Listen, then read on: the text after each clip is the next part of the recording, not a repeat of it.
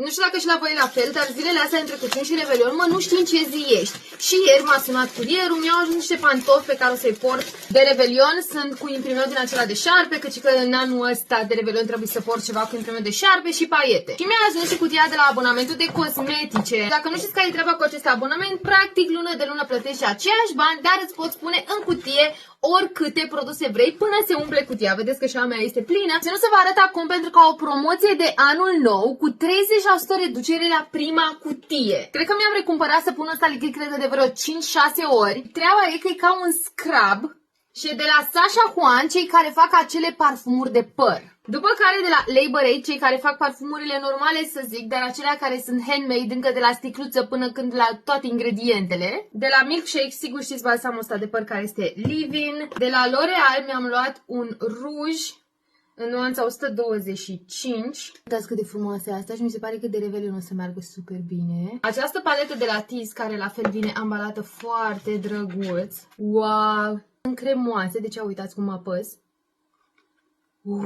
Wow!